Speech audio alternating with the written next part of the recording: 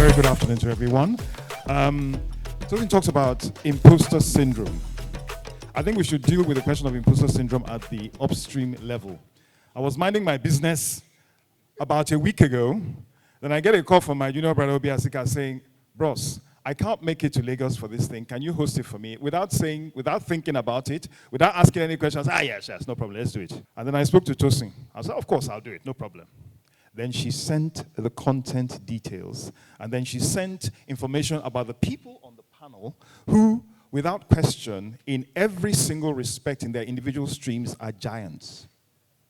Extremely talented, extremely successful, real assets to our national space. And then they called a baby boomer, right? They called a baby boomer who, when I went on morning ride at NTA, I was interviewed on morning ride on Saturday, and I could remember my first visit to NTA in 1971, or late 71, and not much has changed, by the way. And they put me on a podcast session. I felt so much at home with those old cameras, although I think they've got a few digital cameras now, apart from the old analog coffin camera days. And they put me with podcast people. Obi said, "Don't worry, it's about storytelling. You are a storyteller." I said, "Well, actually, you do make a point. It's about storytelling. The medium, the technology may differ, but the science, the basis of the whole process is storytelling, creativity, delivery. Technology may have changed a few things. I'm sure Malik can talk quite a bit about that, the two AI gurus in our midst. But then the story still has to be told. You can't convey nothing with your technology. And that's why I said, okay, that gave me a bit more confidence, because if one thing I can do, I can tell a story. And we can sit here tomorrow telling stories. The conversation today, obviously, it's about how can we, basically shaping the future of the continent, of content in Africa. It's an important conversation because, and I think even in spite of my total lack of experience, or should I at least comparative to all these legends, including Shoals, who's being beamed in digitally, I am here. My lack of experience is actually very important, because it means I will sit down, I will ask questions like the mumu as I am, and say, "Please educate me." And then whatever experience I have in how we can scale up, or perspectives on scaling up, well, they will hear it from me. My job is to guide the conversation. It is them. It's not about me. Basically, we're going to be running through 5 talking points. Essentially, the evolution of storytelling in Nigeria. And notice how analog I am. I've got paper. How music, film, pop culture, and social trends are changing the way stories are told and consumed. Secondly, the role of digital platforms, exploring how platforms like YouTube, TikTok, Spotify, and streaming apps are shaping audience behavior, giving rise to new creators, and redefining influence. Thirdly, innovation in podcasts and content, how African creators are experimenting with new formats, tools, and collaborations to tell authentic, globally relevant stories. Opportunities for growth. What's next for Africa's creative economy? Monetization, the big M. Monetization models, brand partnerships, and cross-border collaborations. Inspiring the next generation. Practical lessons and advice for emerging podcasters and storytellers on building sustainable, impactful platforms.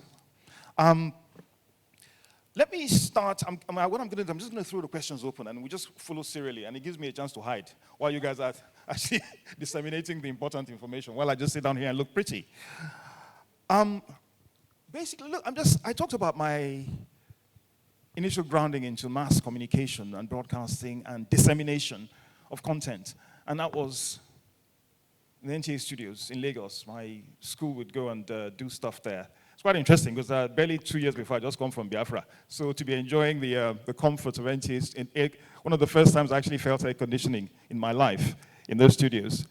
And then fast forward 54 years. And then literally the equipment on my phones can produce better digital quality content than the cameras in the national broadcaster. Interesting. But let's look at the journey. And I'll throw my question. When did we start creating electronic content? I can tell you categorically that television came to Nigeria via the Western region in 1959. But the first time we actually created our own radio programs, because radio was the first vehicle of communication, was in 1953. Because 1935, we were relaying broadcasts, radio broadcasts from Nigeria, and then your rediffusion boxes, you go and rent it. Nobody you get them. You still have to, if you don't pay it, you give it back. But by 1953, a new generation of broadcasters came up, Victor Badejo and the like, who were recording local content and disseminating, recording radio programs, even in our native languages, and disseminating. With television content, it's quite interesting. The very first program broadcast on Nigerian television ever was Lassie, because there was no local content. But then within 10 years, we had on radio the indigenous programs like Alawo Sheki Sheki, comedy, drama. Television, of course, we all know the Village Headmaster. I hope we do anyway, because it's coming back. And before we knew it, we were creating, innovating, a generation of Nigerian scriptwriters and screenwriters were coming up. The blue-ribboned Cockcrow at Dawn, where we showed that we could compete in terms of broadcast quality with what was broadcast abroad. Although we later found out the Igbos were also behind the technical work, but that's a different issue altogether. Fast forward, the internet. My presentation at Social Media Week in 2014, in response to what I had been thrown into, was that social media had demystified and democratized not just the telling of history, which is my main focus, but information and entertainment. And this event is testimony to that evolution. So my first question, and I'll start with, if you don't mind, I'll start with the ladies. Because, quite frankly, I'm a big fan of this lady here. Miss Teki, wow. She's not a small meat, as they say. I spent quite a few, in preparation for this event, watching her content. And I can say anybody that I can convert, that can pour milk out of her phone and receive shopping through her phone is an idon.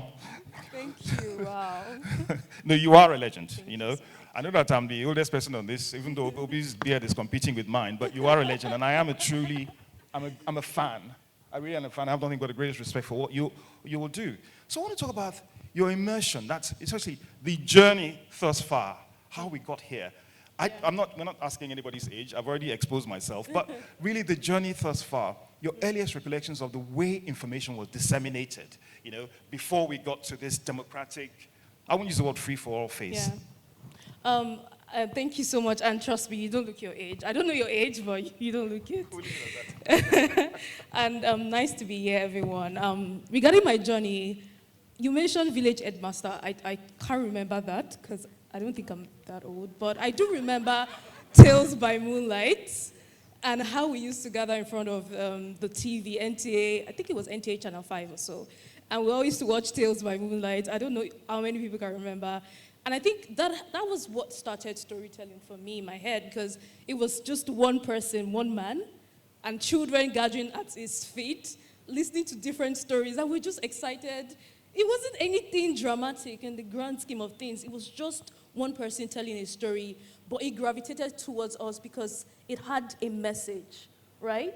And from there, I think that was what just got my mind curious about the idea of storytelling, the idea that people can listen to you if you have a story. I mean, I was enjoying, I didn't want her to leave when Tosh started a story on our journey and how she became, right? And that's just the power of storytelling, and that's what has actually helped in my journey as well. The fact that you can tell a story about something that is so complex, something as complex as tech, that most people would not necessarily gravitate to. And because of the power of storytelling, it can be simplified. And even people like my grandma can watch a video and say, oh, I kind of understand that this is what she wants me to do and that, right? And I would like to say this. The fact that we're in the age where social media has leveled the playing field. Now, nobody needs to go and meet somebody or beg somebody to have a space on a TV station. With a phone in your room, regardless of how good looking the room is, the moment you have a story to tell, you would blow up on social media. And that's the beauty of technology, and that's the beauty of the climate that I find myself in. I remember I started off as a blogger. So I used to work at a 9 to 5, and I was a digital strategist there.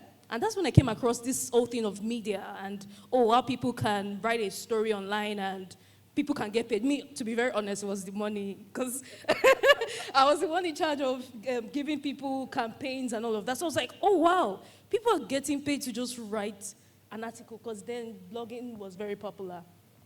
And I'm like, okay, what can I talk about that I know that if you wake me up today, I'll be ready to talk about? It was tech, right? Fortunately. And so I just said, you know what, let me just try this. And within the first few months of trying, I got my first deal. It was one tech company willing to pay me 10,000 naira to talk about their product. And then it just spiraled from there. And then I realized that, oh, blogging was not going to stay forever. Video was going to be the next big thing. Unfortunately, I was shy. So I didn't want to do a video showing my face. So it took a while. It took a lot of, Tobi, you can do this. My first set of videos was just my hand. I wasn't willing to show my face, because I just wasn't, I don't think I was cut out for it, right? But then I just realized that to make money, you have to take the next step. So I started showing my face. Little by little, I was very shy. My first set of videos were very bad. But then I learned, I started growing, and then I came across VFX, started implementing that into my storytelling as well. And I think just changed the world as I know it. And now I can say, because of these transitions, the fact that I was willing to evolve with time, as what has helped me to still stay relevant, even after being in this for so long. Well done, thank you. Oh, awesome. Awesome. In the interest of gender balance, I'm going to come to Malik. Tell us, obviously I read up your story, and I've known quite a bit, because Obi kept on talking about you, and then you sent him something that he began to wonder whether you are a winch or something else. When you did something on his father's, you actually did some AI work on his father's photograph, which was simply mind-blowing. Your journey has been pretty inspiring. I mean, we've seen your work. I think The Woman King, you're involved with that. You've done BBC productions. Yet less than 14 years ago, you were still drawing the blueprint. Tell us this journey. How did you navigate this journey down here? Thank you for that. It's a privilege to be here with everybody. So my journey, a lot of people don't actually know how I started and where I started from. I was first a designer before a creative media professional. I studied business in school. When I was done in school, I set up a clothing line in the UK, and that was it for me. But I've always been a curious person. I was always thinking about storytelling as well. My mother was the first storyteller in my life. She loved Nigerian films. Her collection could open a video club. That's how much she was always watching, and she was always telling me stories. But me being a curious person, I didn't really understand at the early stages what I really wanted to do, or how my life or my curiosity played a role in storytelling. I kind of grew into it. I moved back to Nigeria 2010, did my service year at Nigezie. That's a media company, and that's where it started from. So it started from one camera. So with that camera, I set up an online TV called Slick TV. This was before Indani TV. If you go online, you still check a lot of celebrities today. I've interviewed them back 2011, 2012. But people thought that I was this massive company. They didn't know it was just one person, one camera, my friend. Because we go to events, we do red carpets, we do TV shows, freestyles, everything. But it was just us. I got TV airtime on Silverbird, but I wasn't making money. So I was like, passion is good, but I need to make money, at that point. Then I went back to the drawing board. I said, let me do something more professional than what I'm doing. How can I make money from this? Then I was thinking about why, back then, when we want to shoot TV commercials, we go to South Africa to get like a white director to come here and film for us. So I wanted to solve that problem, and I did.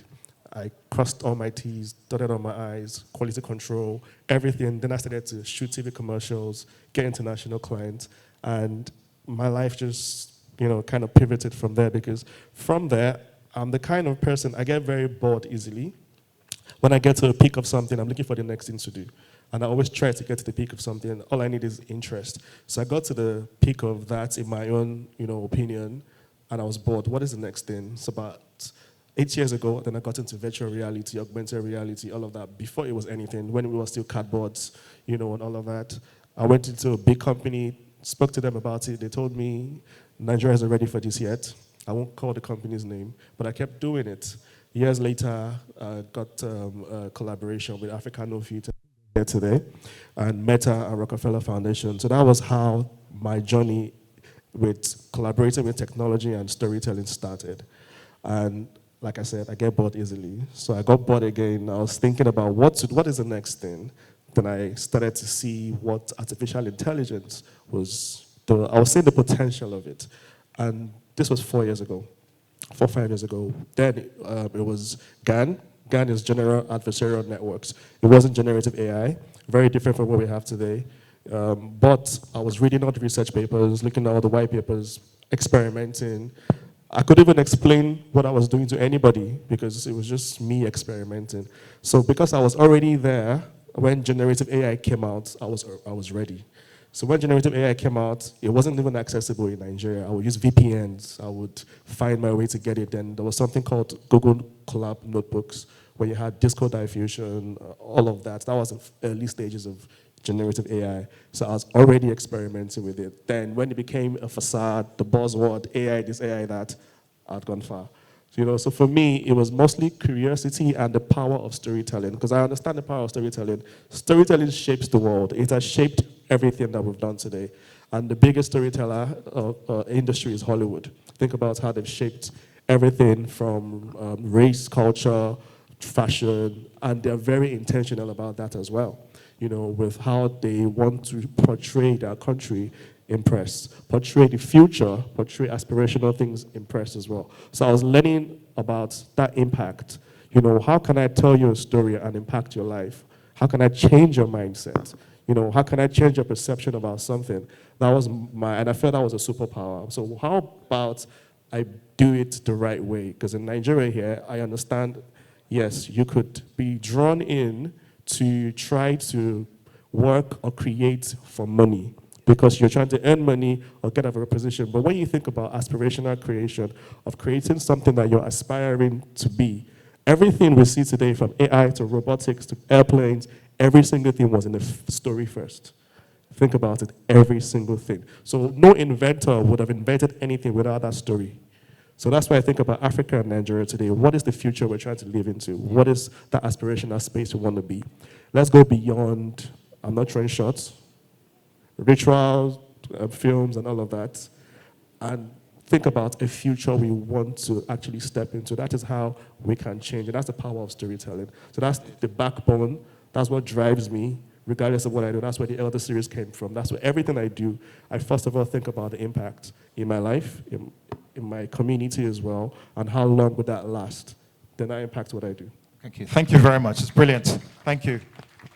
Well, although I would probably point out that sometimes rituals are referred to as Bluetooth, which is technology. Just bear that in mind.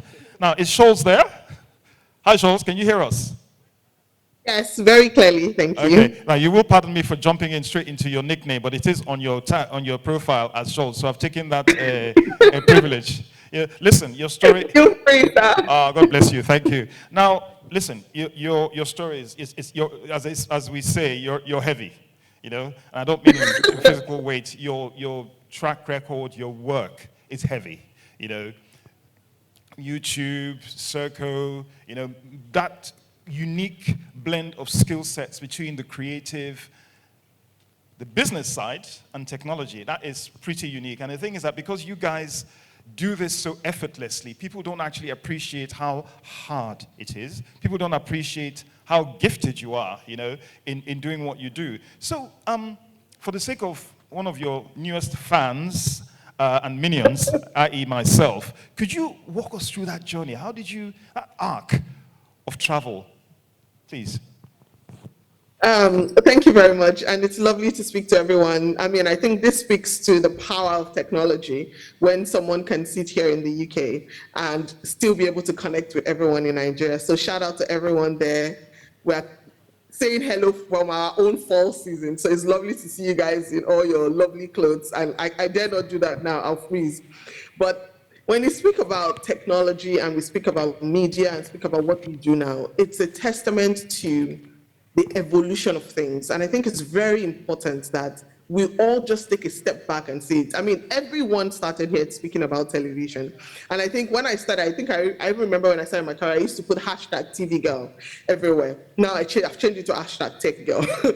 just because TV was the biggest medium to put out information, mass communication is what we all grew up on. You know, Kokora Dawn, quite a number of different things that we all watched on TV. I was smiling, you know, when Steki was speaking about, you know, Tales by Moonlight. All of us remember those stories and having TV come on at 4 p.m. I remember telling my son about that we used to wait for TV to start at 4 p.m. and we had kids stuff 4 p.m. to 6 p.m. and he's like, huh? What do you mean? You know, so, but the life and the way things have evolved shows that this life is never stagnant. And I think for my career, that storytelling is what follows it. When I tell people that my first 3 degrees were in nursing, people look at me and say that, are you serious? You have nothing. And I said, yes, feel free to fall into labor when I'm with you anywhere in the world. I would happily deliver your baby. And they're like, oh my God. I said, yes, because we're allowed to reinvent ourselves. We're allowed to do everything we want to do. And so my journey has been very interesting in the last 17 years from school, you know, from moving from there to TV. That's where I met people like Tosh. That's where I met people like Obinna, where we're all working with one of the very first 24-hour news stations. When I tell people that I used to cast the news, they'll be like, are you serious? And I said that that's how life evolves. And I remember moving from there, and still again, the power of storytelling, to go from a hospital to go straight into TV is because you can tell and sell something and talk about it and have people think. And I think that attention is what has scaled through even to the digital platform now.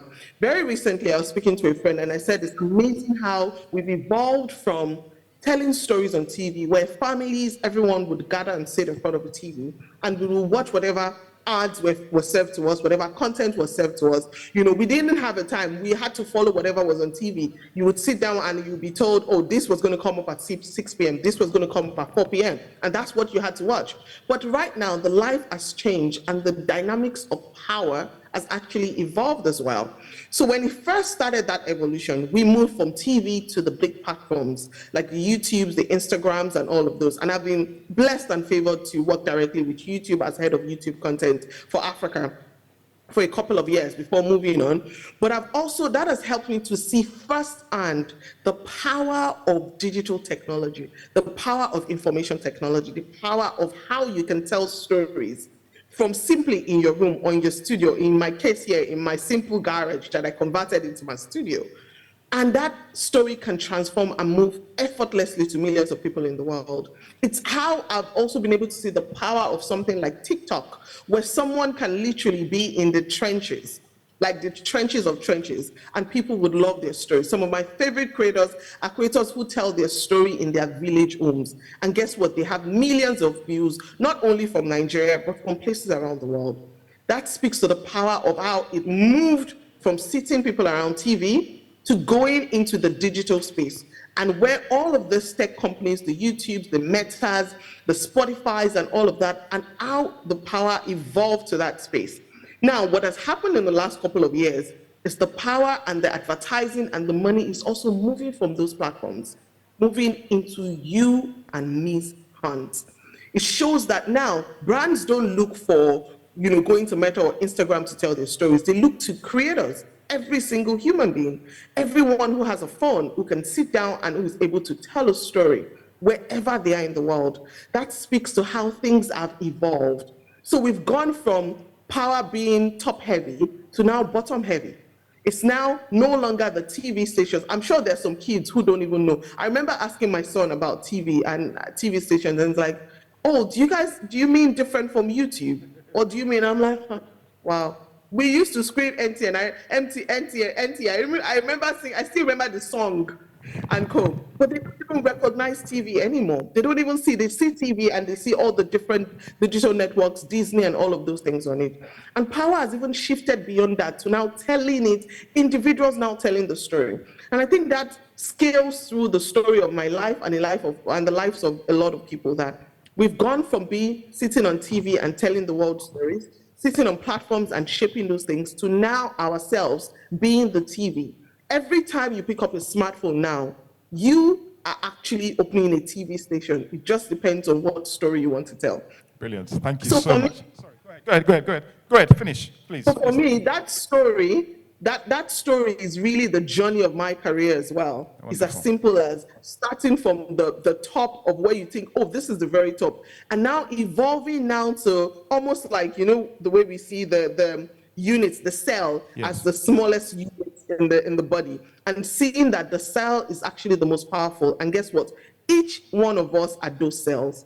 Thank you very much. It's quite interesting what you say about YouTube, and obviously the whole democratization process. I remember when I properly encountered YouTube was about 17, 18 years ago. I was actually sitting in when my filmmaking career started, I was sitting in a chemotherapy ward going through chemotherapy treatment for cancer, and I would make videos out of complete boredom, sitting from morning to night, connected to a machine, making music videos. Not very good, I must add, but they were music videos, and I was like, can I post this thing on YouTube? And I post them on YouTube. If you go to my page, I'm still sitting there now, 17, 18 years after. So your journey is partially mine, and thank you, YouTube, for making sure that I didn't die of boredom before cancer was about to take me. But I'm here, so I guess it worked. And I've made a few, thank you. I've made a few films since then, which were not just made on, not rubbish Windows Media movie maker jobs. I've actually made 1 or 2 films which Obi has watched, which I'm proud to say because he's one of my heroes. So, and he enjoyed it. Did you not? Oh yeah, admit it in front of them. Good. Of course I did. All right, Obi. I'm going to come to you now, sir. Now, Obi, I call him my honorary nephew because, if he was an arm robber, I would not claim him. But because he's an extremely talented media professional, extremely talented corporate executive, and you may not know this, he's an incredibly talented classical pianist. Oh, I thought he was classical. Anyway, he's an extremely talented pianist. I mean, really, really good. A true creative, but also an extremely competent executive. Obi, tell us, I'm actually interested in hearing your story. That's that journey arc. Uncle Ed, it's an absolute pleasure to have you here, and you have no idea how honorable this is. So thank you so much for being here. So my journey and my story, it's something I'm always very excited to talk about, and just that opportunity. So I come from 2 generations of storytellers. My grandfather was a photographer in the 1940s in Ibadan. And this is before the Civil War, and he had actually been in Burma. Apparently he was a serviceman, fought in the war in Burma in the Second World War. He was in African theater. And then he had a studio in Ibadan called All Weather Studios. Belonged to my grandfather. And, all that happened. My father was born in 1949, and he essentially was not caught up in the Civil War and all that. Then that happened after 1970, and then he came to Lagos. Apparently he was, after seeing action, he was injured, and one of the things he started to do was he started to draw signals for the military, for the Biafran forces, because he was talented, he could draw and all of that stuff. So he was making posters and stuff like that. When he came to Lagos in 1971, 1970, he was drawing posters for Kingsway stores in Maloney back in the day, and so I'm able to tell you all this stuff because my dad used to tell me these stories when I was like 4 or 5 years old. So all my life, it's been about storytelling. So I'm going somewhere with this. And then, he used to draw posters, and I still have some of those posters from 1970, 1971. And a British gentleman called Mr. Parker said, I think you've got great talent. I think you should go to art school. And that's how I ended up at, Yaba College of Tech in 1971. And then he went on to become the best graduating student. As a student, my father used to do posters for Fela. They would get him from school to do posters for him. And this was before Lemi Garioko in the 1980s. And then something remarkable happened, which is essentially the bedrock of whatever I am today. Sometime in 1971 and 1972, Longbank Publishing came to Africa. And they came to Nigeria, and they're looking for publishers, they're looking for illustrators. So for those of us who grew up in the 80s and the 90s, you saw the Longbank textbooks, right? Oxford English, all of that stuff. They were done, this was before Photoshop and Illustrator. They were all done by hand, by talented illustrators. So at the time, a lecturer called Yusuf Grillo, the great Yusuf Grillo, was head of School of Art and Printing in the 70s. He says, I'm going to get you somebody who is going to help you illustrate these books, and that was my father. So he illustrated stories from an African village. He's still alive, by the way, and a lot of all those books that we grew up with. And then fast forward to for me, little me growing up in the 80s, and I remember in primary school, so graduating day, what do you want to be? I want to be a doctor. I want to be an engineer. And I say I want to be an artist. And yeah, and I doubled down. So I made good on that promise. I went to art school, and you can imagine somebody who was, just before I turned 12, I would see all my dad's work from school. I would see, and then he went on to become, so at some point he was the top 3 illustrators on the continent, and he worked for Lintas at the time as a creative director. For those people who are into advertising, we talk about Insight, Lintas at the time. So he worked there from 1975 till retired in 2000, and this was when, so they gave him the job. He literally had 2 jobs. They'll come when you're after school and all that stuff. So, so that inspired me. Nothing else mattered in the world. I wanted to become an artist. I knew this was my path. So so I went to art school, and then when I finished, I also was a second generation Okerekeocha at Lintas. I worked for 3 years there as well. So for me, nothing else mattered. I knew exactly where my life was called out to be.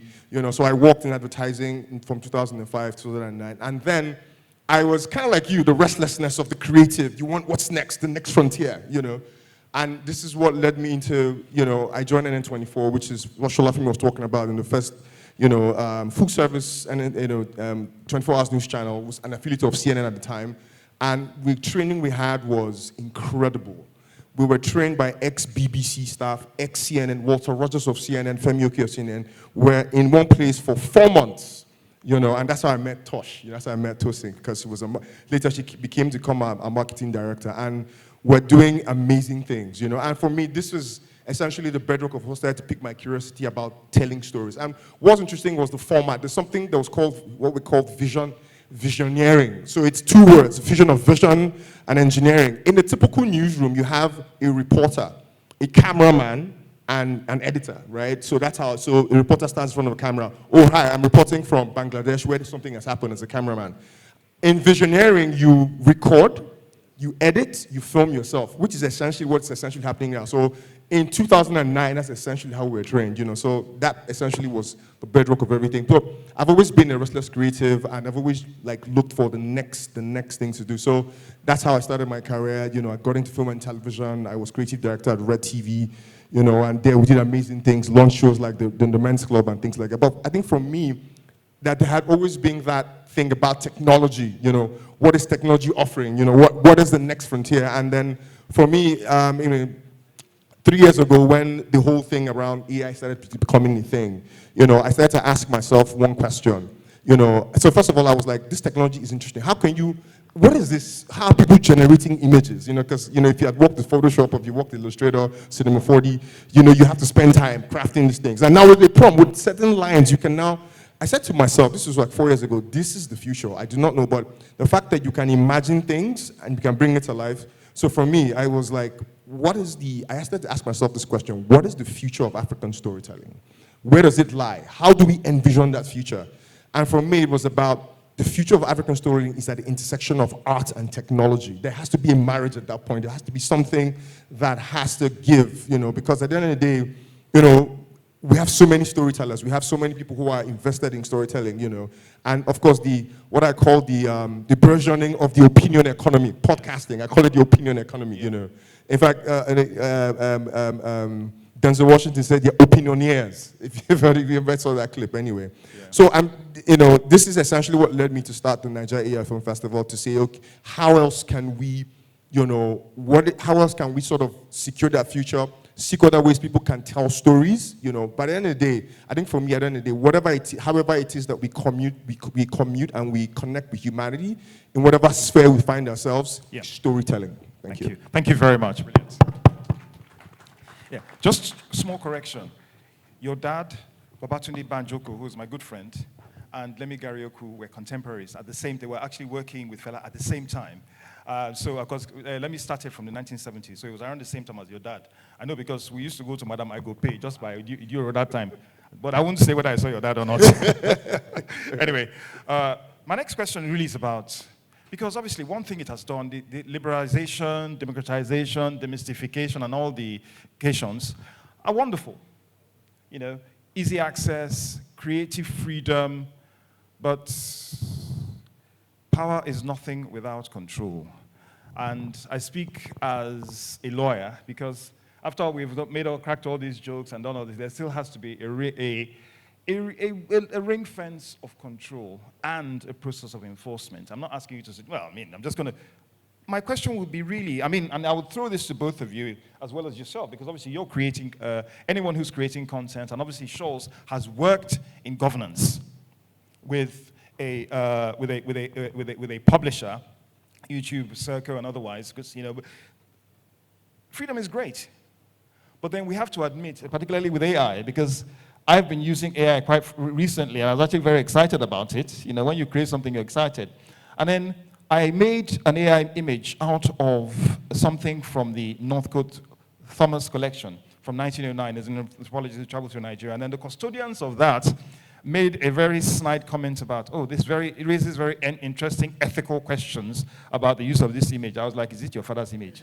Please. But the most important, he did raise a point. And I said to myself, well, look, that is why AI labeling on such works is absolutely imperative. You know, and the thing is, I had done it to ad nauseum, so that's why I could look at him in the face and say, my guy, keep quiet. But then the reality is that it is an issue. And obviously the question of misuse, obviously defamation laws come in, you know, laws on defamation come in, and then, you know, just the basic ethical environment. So I wanted to get your perspectives on this. And I'm going to start with Shoals. If we could, is Shoals there? Absolutely, yes. Wonderful. Yeah. I thought maybe you're going to make a cup of tea or something. No. Right. The regulatory environment. Can I have your perspectives on this? Because obviously, uncharted territories require enforcement, requires regulation. What are your thoughts? Very important. I mean, as we get into the age of AI, you have to be careful with the sort of content that you consume and content that you put out. And with AI, everything is infinitely possible. Like, you can wake up and decide that you want to do a goat that morphs into a piggy bank and jumps out of a Range Rover and co. And before you know it, if we're not careful, all of these platforms become what we call AI slop, where it's just content that sometimes make absolutely no sense. So as much as there's creativity, there's also the level of things can scale and get crazy out of hand. And you will see that where the governance comes in is a lot of these platforms are beginning to put guardrails in place where, number one, you have to label content that is AI. So if you put a content on Meta or TikTok or YouTube now, you have to actually label it if it's AI content. Number two, they're also, if you notice, the algorithm is slowly pulling back on the visibility for those sort of AI content, purely AI content. You know, it doesn't mean that if you have a content, so for example, apart from my life as, you know, a media tech exec, I also actually produce content on my own, on money, on finance and co. If you were to tell a story and part of your story, you're doing it, and then you put a short clip of maybe you want to explain inflation and you explain maybe with a monster chewing money or something like that, that's allowed because you're just using AI to tell a story or to explain a concept that is otherwise, you know, abstract. But if you now decide that your whole content is AI, most of the platforms are pulling back on it. As a matter of fact, they're going further to even open separate platforms for AI content. So that's why you see that Meta has just, you know, brought out their own product that is Meta AI, where on that platform it's just AI content, where it is just there. So I think that, as we've always said, AI is in the space where we need to use it. As a matter of fact, people who would likely lose their jobs to AI and co are people who, they will lose it to people who are using AI. So you can use it to tell your story, to make your story simpler, to amplify the story, to do that. But we cannot get into that rut of being in AI slops where we just see content that is generated, that there's no reality, there's no story to it, there's no truth to it, because you can imagine people are now using AI to tell stories that don't even exist, and lies and all of those things. So it's very important that we use it and we have that governance in place. So you see platforms like YouTube, Instagram, all of them are putting those guardrails to say that if your content is AI, you have to label it as such. And they have also reduced the algorithm, made sure that those sort of content doesn't show. So it's about how do we use things ethically? And how do we not get into the worst part of AI? Everything has good sides. I remember when the internet came through, there was the good, there was the bad, there was the ugly and cool. It's about how do we find ourselves in a place where we don't create a dark web for AI. Which exists, indeed. Thank you very much. Thank you.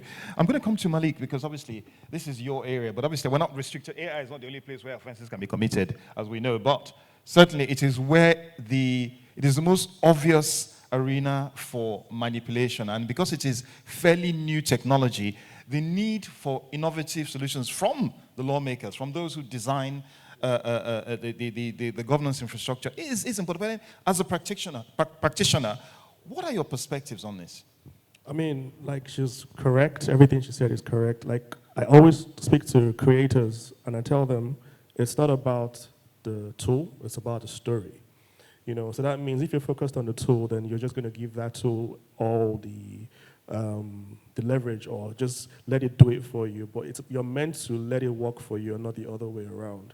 I've been able to license AI products. I've been able to make a lot of money from AI product as well. And this is with bigger, massive companies like Cadbury, like Marvel Studios. I wouldn't be able to do that if it was strictly AI, because I can't trace where it's coming from. Yes. AI is garbage in, garbage out, like you know. So it works basically on data, and AI hallucinates a lot. So that means if you want to control that hallucination or control the data set, you have to make it your own data set. Yes. You have to make it at least 60-70% has to be your data for it to work for you. And if it's just a tool, like you see, it's like every other tool, then it won't really matter at the end of the day, because it's the story that you're putting out there that actually does matter. And that's how I work with it. So I first of all have an idea, and I think about what's the best way to achieve that idea or story. AI could be in the beginning, the middle, or the end, but it's never the entire process. So, and I always say to people, if you think about before AI, for instance, if you want to inspire yourself, you go online, you read a book, you look at a picture. It's the same way with AI. Yes. It's just now people don't know how to approach this technology and what to do, because it's a lot. So much information. It's so fast. It's easy. It's interesting. You could get a beautiful image. You could get lost in it. But now, how can you make it unique for yourself? Indeed. If I put in a prompt and say a boy ride in a black car in Nigeria, someone else puts that same prompt in China, we're going to get the same results. But how can I make it different? That's where the creativity comes in. And that's how you can make money and license and copyright it. So look at it as a tool. Because think about it, like she said as well, there are good sides, there are bad sides, just like every other tool. And most technology, when it's new, there's always some confusion on what to do. There's always pullback. There's always regulation. I mean, I was at the WIPO roundtable last year, trying to figure out a way forward when it comes to regulation. Yes. There was no way forward. Do you understand? Interesting. Exactly. We ended the entire, there was still no way forward. We're still talking about it because that is so big, it is so much, and you can't control this data. And the problem is from the inception of how it was even trained in the first place. Yes.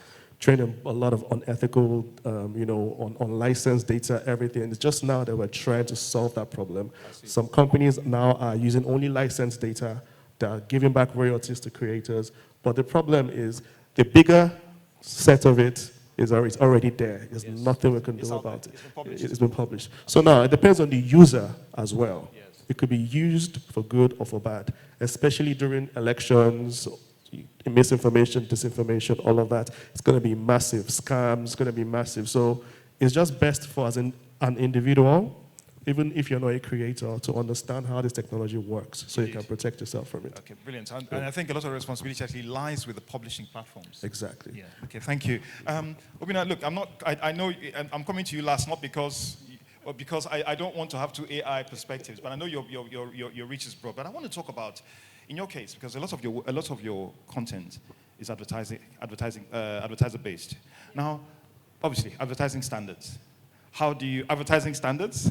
Yes. Obviously, misleading content, and stuff like that is a pitfall that you as a content creator could face. Those are the legal pitfalls you could face. Now, power, control. How do you navigate that?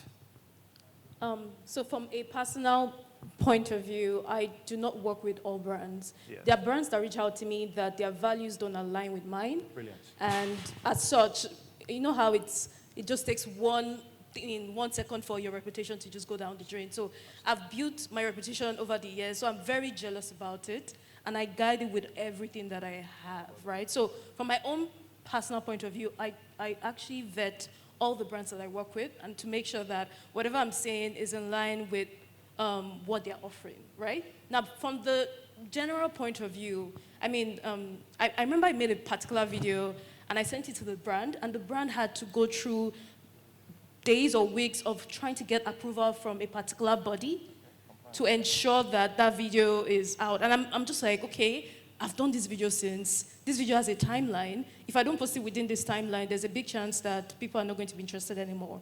So, and you're telling me that you need to go through all of this. I felt it was very restrictive, right? And I can imagine if that was on a grand scale, like if every content creator has to submit their videos to a particular body to get approved, it would stifle creativity, it will stifle innovation, right? And I just feel that on that sense, it's now left to the individual creator. If you were to ask me on a, like, Tobi, tell me your opinion about this, I would say, for every creator that's built something that is really strong online, one of the things that they value so much is their reputation. And it's so easy how people can switch. One day, you are their fan, and the next day, they're all coming for you because you said something, and they lost a lot of money because they believed you, right? So the real creators, the ones that actually spent a lot of time building their brand, they know that they would not try to spoil or damage it by working with brands that are not really in line with the values that they're offering, right? I don't know if I answered your question. No, you have. But You basically, have. Yes, I feel yes. like it's now left to the individual creator, right? Okay. And that's why we need some sort of, would I say, community where creators can learn from each other. I feel that's one thing that we don't really have a lot of in Nigeria, right? Community of creators where we can just come together, talk about our pain points, and address it, and also maybe encourage each other. I think that will also go a long way in the grand scheme of things. Brilliant, thank you. I would only just add that, yes, but the thing is, unfortunately, the way the infrastructure is placed, you cannot be left to self-regulation. Unfortunately, True. that's just I the agree. fact. And the thing is, I do not know how much interaction, or should I say, how much input or interaction there is with public sector bodies, with the public sector regulators, because that's really, based on the society we're in, that's really, those are the people who are holding the cane. You understand? So I do not know whether that's probably something I'm going to throw at Obi if he hasn't, because obviously that's part of your background, advertising. So you straddle you straddle both the AI, the advertising, the content creation. Can you just give me your 360-degree perspective on this? Okay. So in terms of, AI, it's, I'm going to say this. So when we had Photoshop, right, everybody knows about Photoshop, right? Photoshop is massive. Now, so this whole thing started with image generation, started with Midjourney like 3-4 years ago. But if you saw something and it was fake, or somebody who was very important and they put their image or something, what's the thing they'll say? What's that thing they say? It's photo, right? So we've had this issue even before AI, because there's always the bad or the negative use of a tool. Now, the thing here is that AI is a tool, like Malik has said, it's a tool. And you have to figure out how to use that tool, to actually achieve an end. Now, in your use, now that because clearly AI has not been trained like ill-gotten data sets, things that people have not paid for, because it was all experimental. And nobody knew that it was going to become what it has become. It has now become a world shaper and shifter. So now there are ongoing legal battles. Like for instance, Disney has sued Midjourney, they're in court. That ruling, whatever it's going to be, is really going to be a trademark, or should I say a benchmark, for however it is legislation going forward will be. Like Malik was saying, it was in a forum where they were not able to figure out regulation around it because nobody knows. In next week, some model will be released. We do not know what the future of AI is. We don't even know up until next week what's going to happen. So it keeps evolving. So what is important is that the user of the tool has to be very, very ethical in its use. And it all starts with, with us in this room. Everybody here is, ChatGPT, everybody, or Claude, or Gemini at the same time, So what is important is that if you are going to create something, especially people who are into image generation, do not infringe on another brand. Go and create a Disney character because you didn't create that. You are infringing. You know, I mean, why is Disney doing Midjourney? Because you can actually create Shrek. So it means that that data set has been, their model has been, their LLM has been trained on content from Disney. These are the issues. So it behoves on the creator to focus on your creation. Whatever it is that you are creating, it has to be something that you put in that is controlled by you and is trained by you. You know, it's very, very important. You know, and Mr. Ki, you know, we've been able to, so at the Nigeria AFA Festival, we have a community of almost 500 creators from across AI creators, AI filmmakers, and AI enthusiasts from across Africa. The rest of the world, Malik is part of it, so it'd be great to have you. So but we discussed all this. I think what's important is that creators need to, like you said, they need to find a space where they can bounce off ideas, come together and essentially just bond, you know. So, you know, you're welcome to join that community. So back to what I was saying.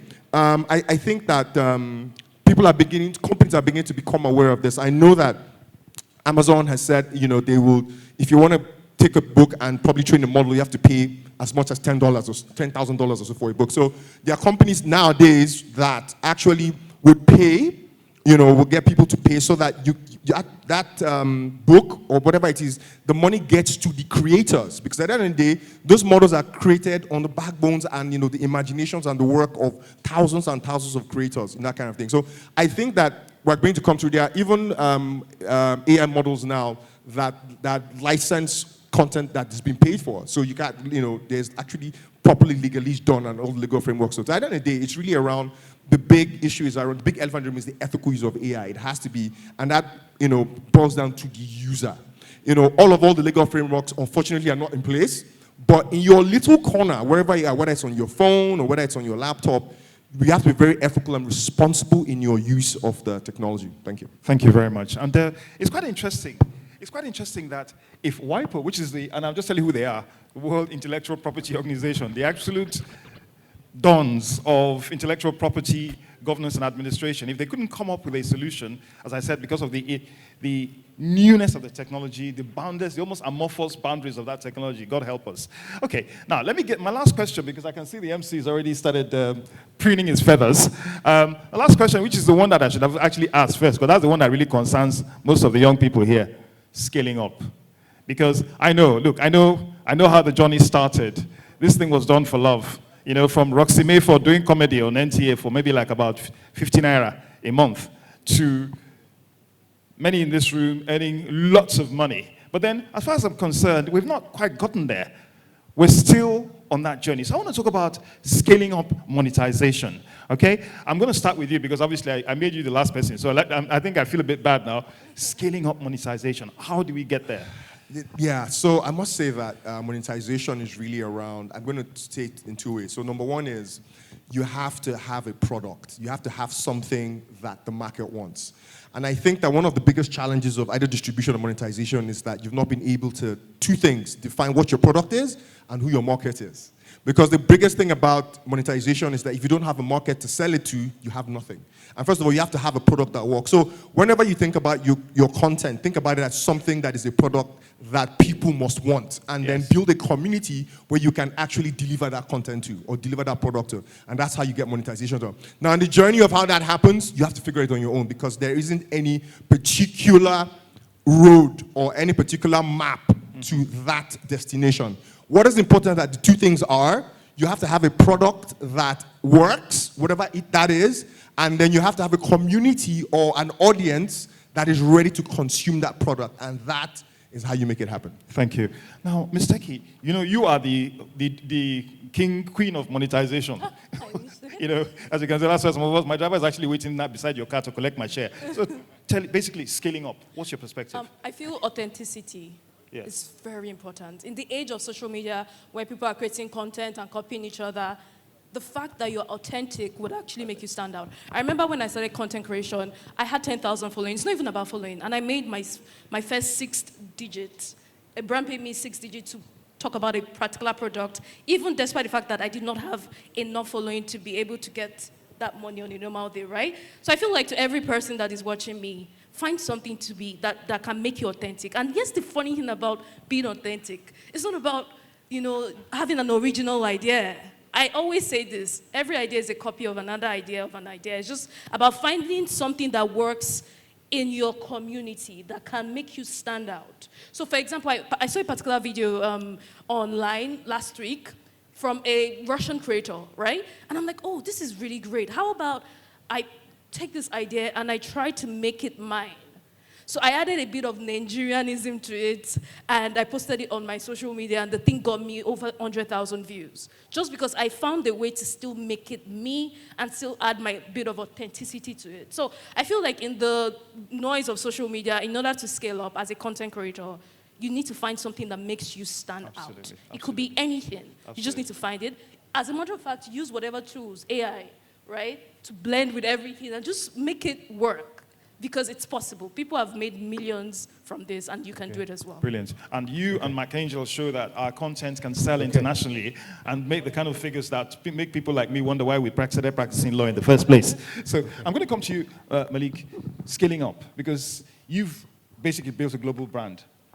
Next steps. Okay, I can only speak from my own experience and maybe advice with that. I think every creator should have a product, just like Obinna said as well. What we are doing, and AI is helping a lot.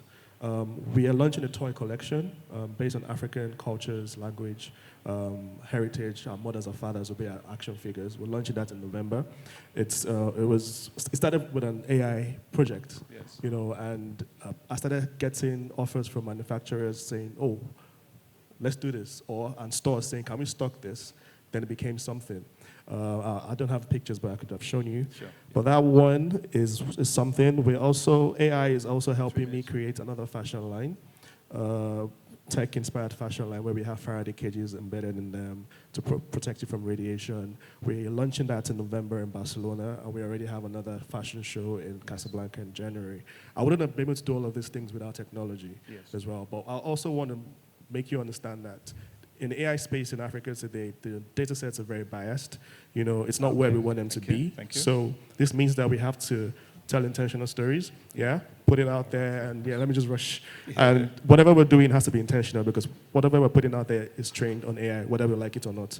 So think about 10 years from now, think about AGI, think about where we will be, you know, if the data is still biased in 10 years. That's colonization 2.0. I always say that, and that is dangerous. It's a dangerous point.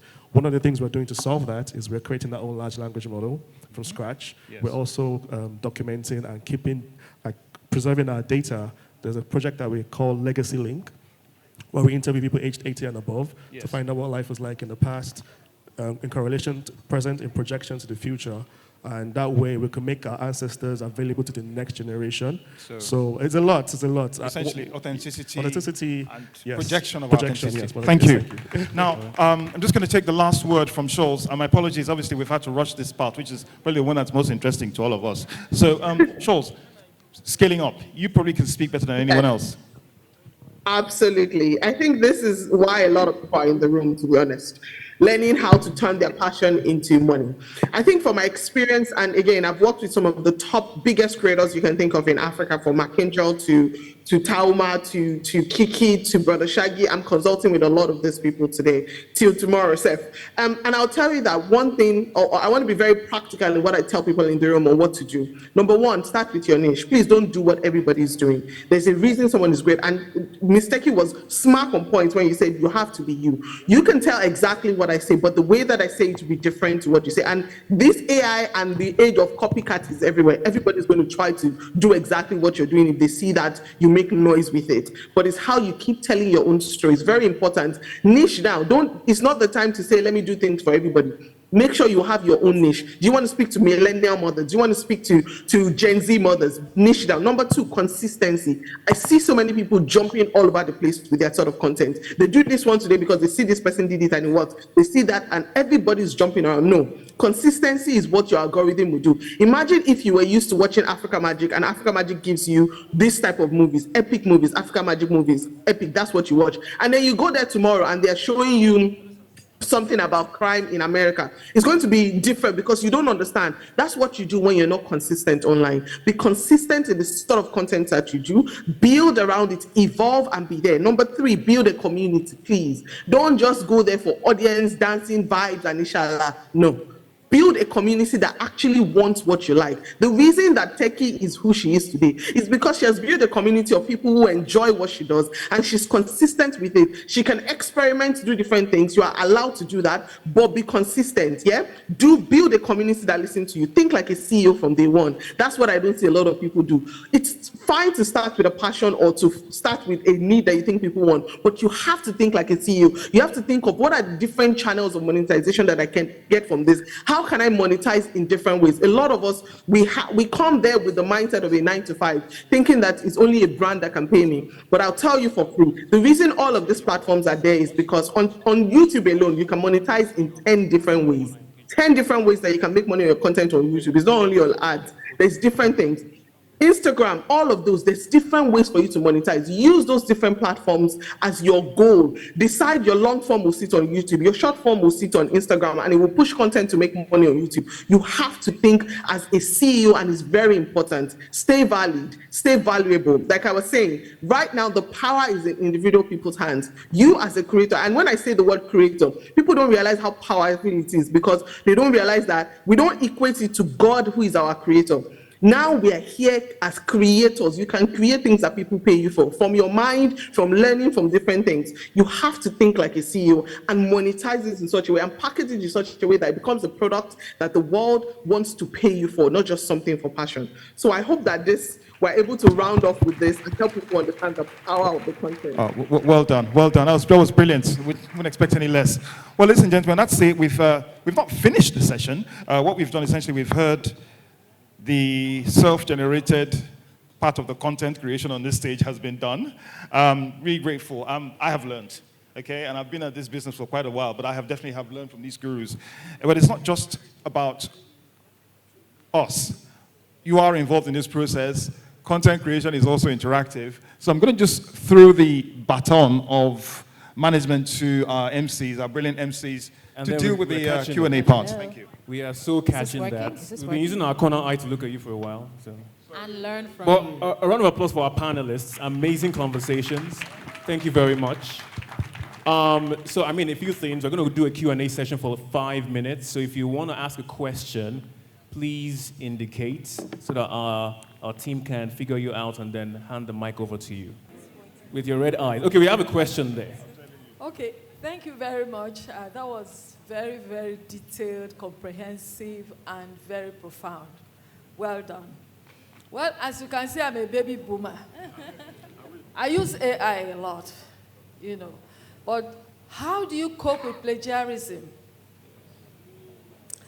And then, secondly, I'm on my way out, but I'll be listening as you're answering. Second question is, you look at all the AI tools. All you have, by the way, my name is Dr. Okerekeocha Balogu. So you look at all the AI tools, they are foreign algorithms. What is Africa doing? What is Nigeria doing? What are these content creators doing to develop AI that aligns with who we are, our culture as Africans? Thank you. Thank you for that question. That's a very brilliant question. I touched on that a little bit. What we are doing is so first of all, we don't have data centers to train any data. But what we started 6 months ago was to collect the data. Because even if you want to train data, where is the data in the first place? What is the data? You know, what we have out there right now is mostly like bad news. AI learns from a lot of bad news when it comes to Africa. This is why I'd say to creators, we have to be intentional about what we put out there. So we have been going to spaces like Ikorodu to speak to the village chiefs there, be scanning artifacts, learning about the languages, about the cultures there. Most of them don't even speak English. We have a translator to think about AI, for instance, you think about language. It's only Yoruba, Igbo, Hausa. What about the subcultures? What about the other languages? There are a lot of things that are not spoken. We can have a village with 200 different languages. So we need to, first of all, capture that data.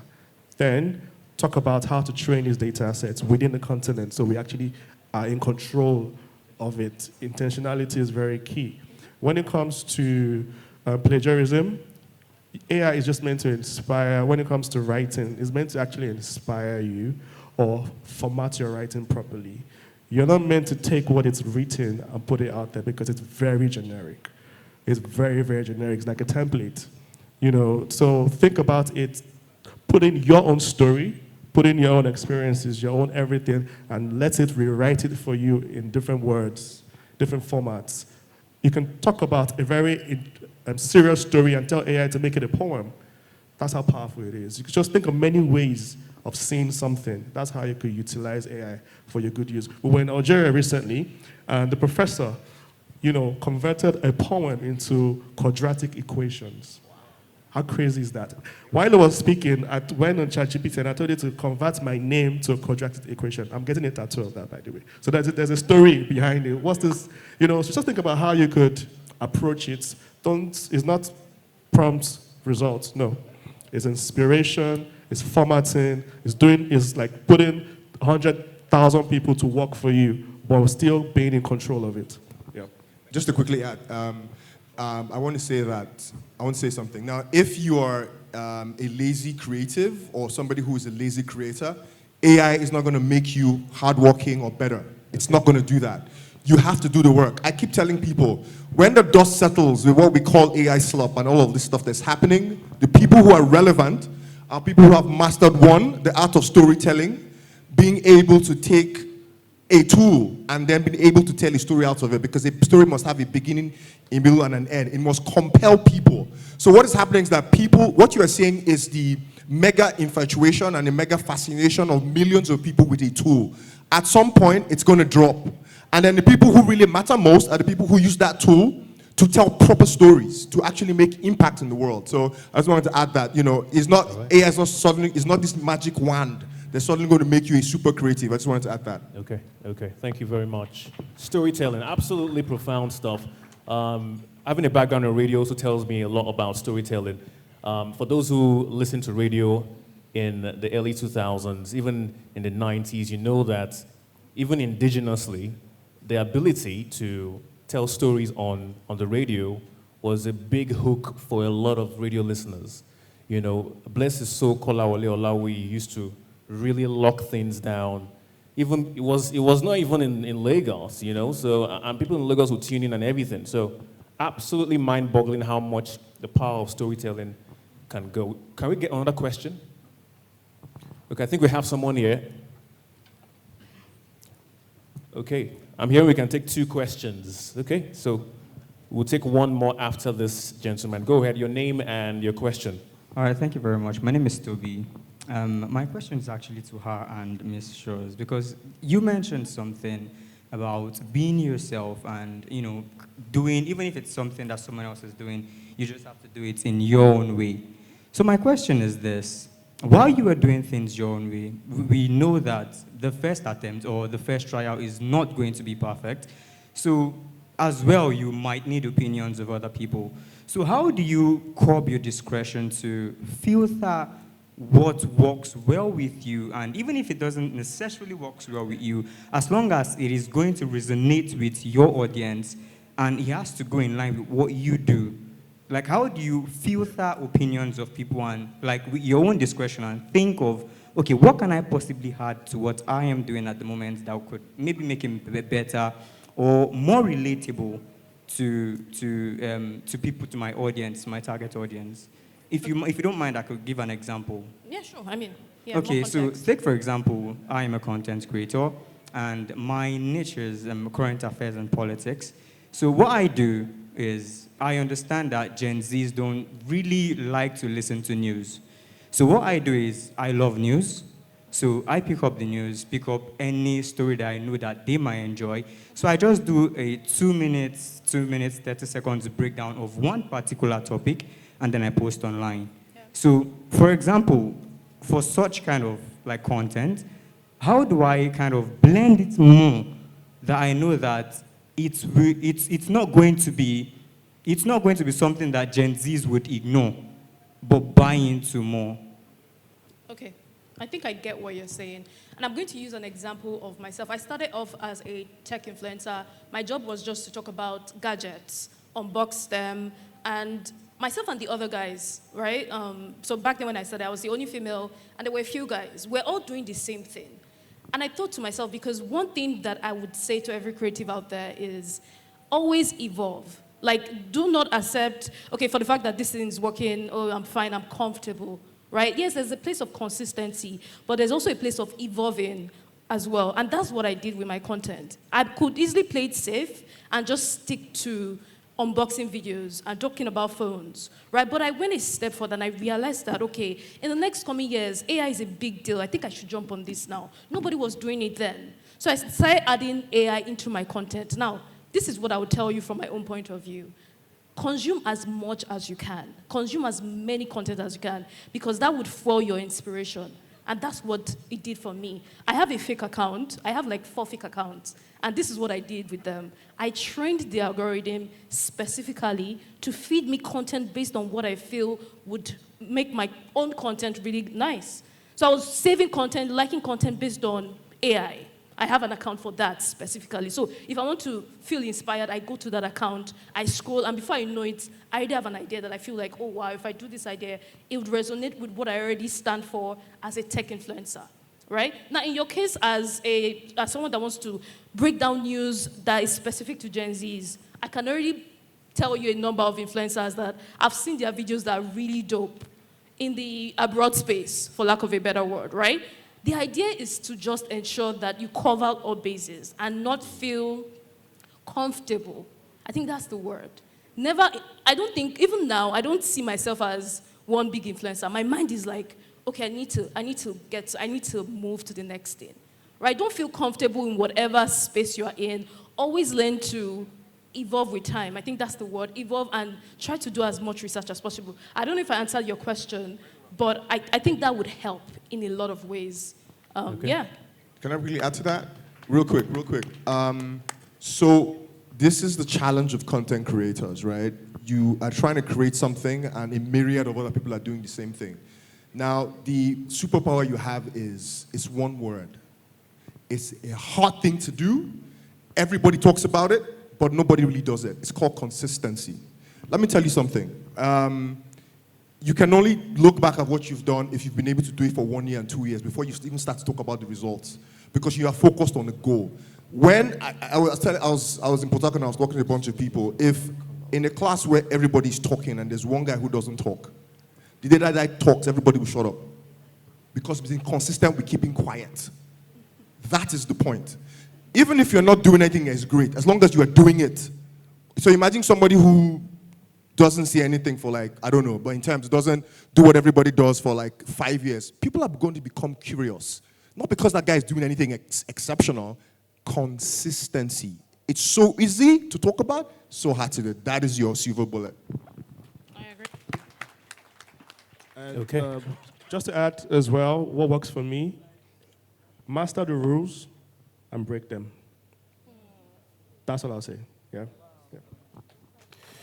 Okay. I have a question though, but let me swing over to Nicole. Yes, we have someone here that would like to ask something. Please give us your name and your question. Hi, I'm Temitope Olusegun.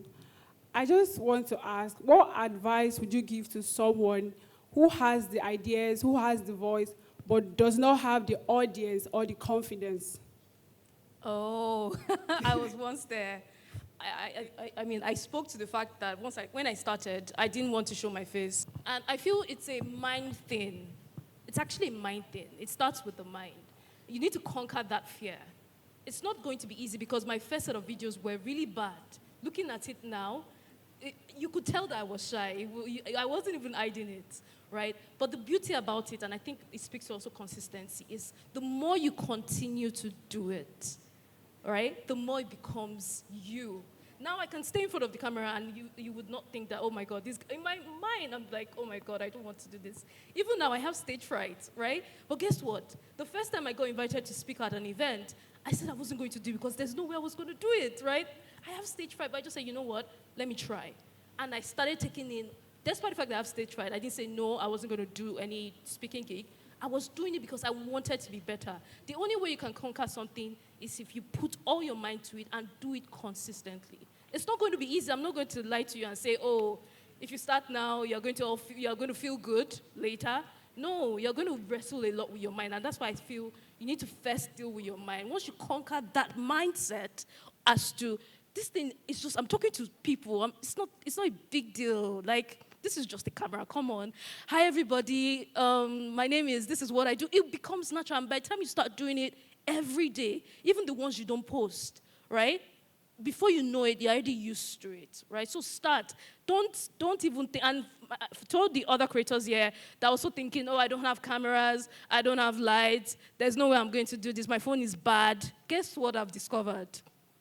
In the new age of social media that we're in, content that is unpolished, the ones that is not even done with a very nice camera, the basic one. I remember there's a particular lady that went viral. Who the F did I marry? She had something where she was talking about her husband. I experienced her story. It was in a car. Her phone was not nice. And guess what? The video had over 20 million views on TikTok. Got her over millions worth of brand collaboration. And now she's over 2 million. This is somebody that just wanted to talk about her experience being married to someone. So overcome that mindset of it needs to be perfect. Perfection is not the thing. Perfection is a lie because there's no such thing as perfection. You need to first deal with that mindset of, you know what, I can do this. And then when you start, you realize, oh, it's actually easy. Because that's how I am now. Now I've gotten to that point where I'm like, all the fear that I had back then, so this is just what I have been running away from. So please, I pray you start. Good afternoon, everyone. My name is Ikenna Ogwike. I'm the COO of the Del York Group. Our company is working with the Lagos State government to build the Lagos Film City in Epe. And we're also training today 60,000 young people in animation and post-production. It's the most ambitious animation capacity building program in Africa today. Thank you. Mine is not a question, it's actually a suggestion. Having worked with these young people, I said this just to preface what I'm about to say. Having worked with all these young people over, this is our third year now in this program, I want to suggest to all the professionals on the stage, what you have behind you is very, very powerful. And my experience working with these young people has shown that why Nigeria is failing or has been failing before now is because there's no connection between people who have the experience, who have the capacity, who have the insights with the younger generation. If you notice, a lot of young people here today, they have, some are too scared to even ask the questions that are bothering them. I'm saying so because I deal with them on a daily basis. So you guys, and I'm speaking generally here, to all the influencers, to the guys who have a following, you need to be intentional about mentorship. Kindly wrap it up, please. If you want to, sorry, this is my 2 minutes of fame. Let me enjoy it. I'm not your village people, though. Tosh is my sister, she will understand. So the point is, you need to be intentional. Even if you need to make an investment in mentorship, you will change the face of this nation. If you can pull at least 10 people to come alongside you, these young people here, a lot of them are just scared. Okay, all right. Thank you.